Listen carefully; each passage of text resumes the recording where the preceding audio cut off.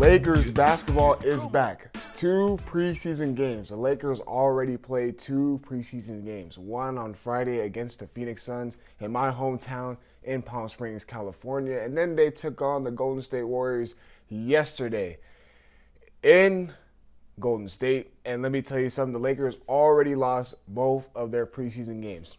Not to worry. However, there's a lot of things to take away from certain players from both of those games. I'm going to get right into it. But you already know, Lakers Talk Daily is presented by Pechanga Resort Casino.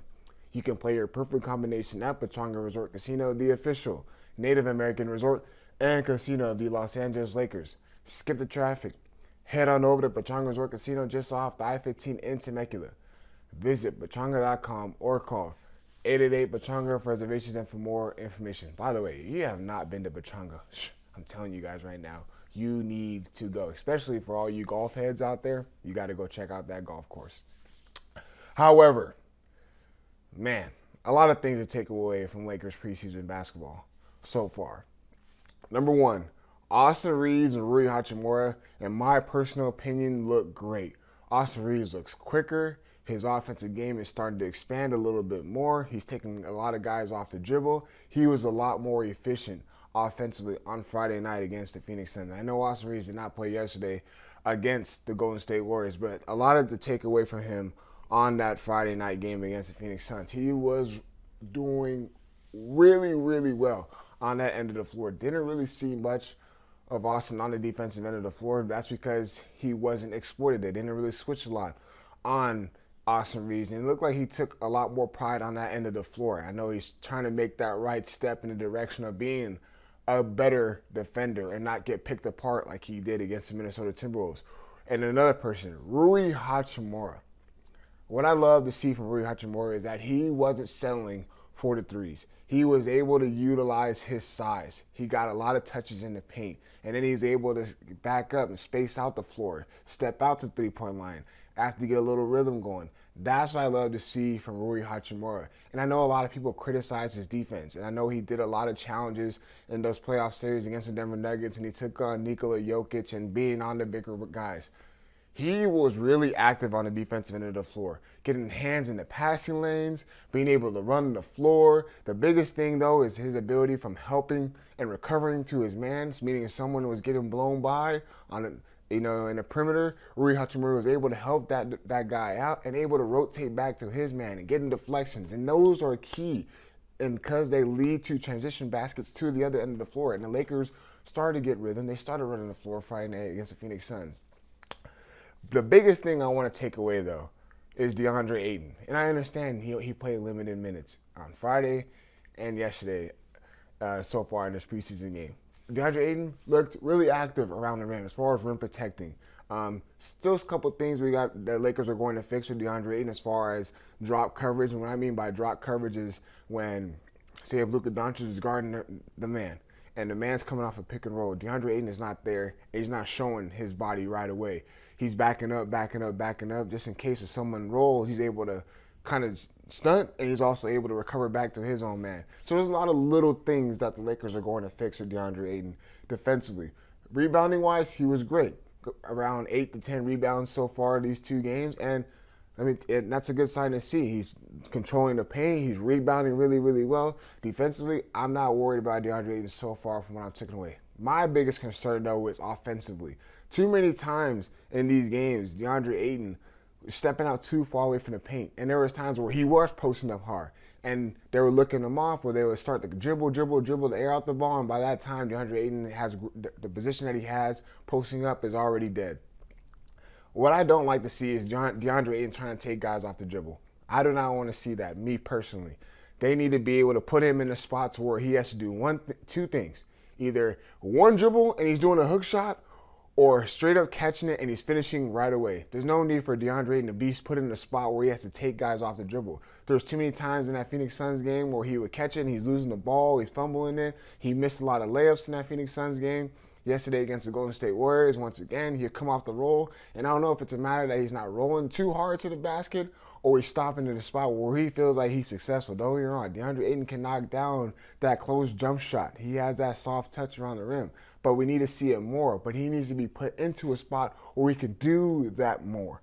And offensively, I know it's only a preseason. That's why I'm not going to overreact too much. However, I would like to see him be put in a better spot. There's too many times, again, he's come off that roll, he's trying to dribble 1, 2, 3 more times, and the ball gets knocked out of his hands, it's going out of bounds, or he's in a spot and he's too far underneath the basket and he's taking up a difficult layup. Deandre Ayton needs to be put in a better spot offensively, and the Lakers are going to fix that, especially when Luka Doncic and LeBron James get into the mix. Again, JJ Redick made a comment that the Phoenix Suns, you can tell that they all been practicing together, their group. He said they're getting to the offense quicker. Their schemes are already there. They're learning how to rotate the right way. That Phoenix Suns team is already in a cohesiveness together. This Lakers team, you can see there's some bumps, there's some bruises so far. And JJ Redick said it right after that game against the Phoenix Suns and leading into this Golden State Warriors game, that these teams, you can tell that they've been practicing together. They have some chemistry so far together. The Lakers are so far, they're a little bit behind compared to those two teams so far. And I feel like it will get corrected. And then there was another person that I wanted to talk about on the other side, and Jared Vanderbilt is that person. Offensively, he looks like he can help the Lakers out. Finally, is what the Lakers needed from Jared Vanderbilt, just not only a defensive player. We'll talk about that right after I let my partners at Pechanga give you guys a quick word. At Pechanga Resort Casino, you can rock and roll, sip and slide, twist and shout. Play your perfect combination at Pechanga Resort Casino, official Indian gaming sponsor of the Lakers. Jared Vanderbilt. Let me tell you something. He looked back to the Jared Vanderbilt we all know he can be. Picking guys up 94 feet, moving his feet really well defensively, keeping guys in front, getting into passing lanes. But we saw something really different from Vanderbilt. His confidence in shooting the three ball. Jared Vanderbilt was no hesitation shooting the three ball, and that's what we like to see. And he did a move yesterday against the Golden State Warriors where he took somebody off the dribble, tried to do a Euro step, the guy kind of cut him off, but he's still able to finish around the rim. Jared Vanderbilt is going to need to be able to knock down. Not all the time. He's got to be a little bit more efficient, but he's got to be able to spot up in the corner and knock down a corner three. But for him to take someone off the dribble, you can see the work that he has put in this offseason, and it's translating on the basketball court. And again, full mix, when you get Luka Doncic, LeBron James, everyone in together, we'll see how it all pans out. But it's great to see that Austin Reeves, Rui Hachimura, and Jared Vanderbilt looked good on the basketball court. And the other one I want to take away is Dalton Knecht. Dalton Knecht is unplayable still. He's inefficient. He gets lost defensively. I know you guys said that he's a three-point shooter, but it doesn't help this team if he's knocking out a three-point shot, but he's giving up buckets on the other end of the floor. He gets too lost out there defensively, and he's not going to be playable until he understands where to be at defensively, how to keep guys in front, being in the right position, being in the right spot. Offensively, if he's not shooting a three-point ball, then he's unplayable. He is unplayable. Gabe Vincent is going to get in his rhythm. He's got to get his feet underneath him. Some of the jump shots he was taking yesterday against the Golden State Warriors were a little short. He's got to get his legs underneath them. Bronny James plays hard. I know he turned the ball over a lot yesterday against the Golden State Warriors. Friday, he was a little bit more aggressive. Against the Phoenix Suns, he was taking it to the rack, getting the foul, going to the free throw line. He was very efficient from the free throw line. But those are the guys that I saw the most out of these preseason games, and we'll see. We'll see how this rest of the preseason is going to shape out. And again, Deandre Ayton, he's got to be put into a better spot offensively to where he can go to his bread and butter, not take 1, 2, 3 dribbles to get to his spot. No, Lakers need to get him out of a pick and roll situation to where he has to only do this, soft touches around the rim, and his space to flow out occasionally. We don't want him settling too much. We need that dominating big man in the paint. But as always, I appreciate you guys tuning in. Please like and subscribe and go into the comment section. I will read off all your comments, and I do respond.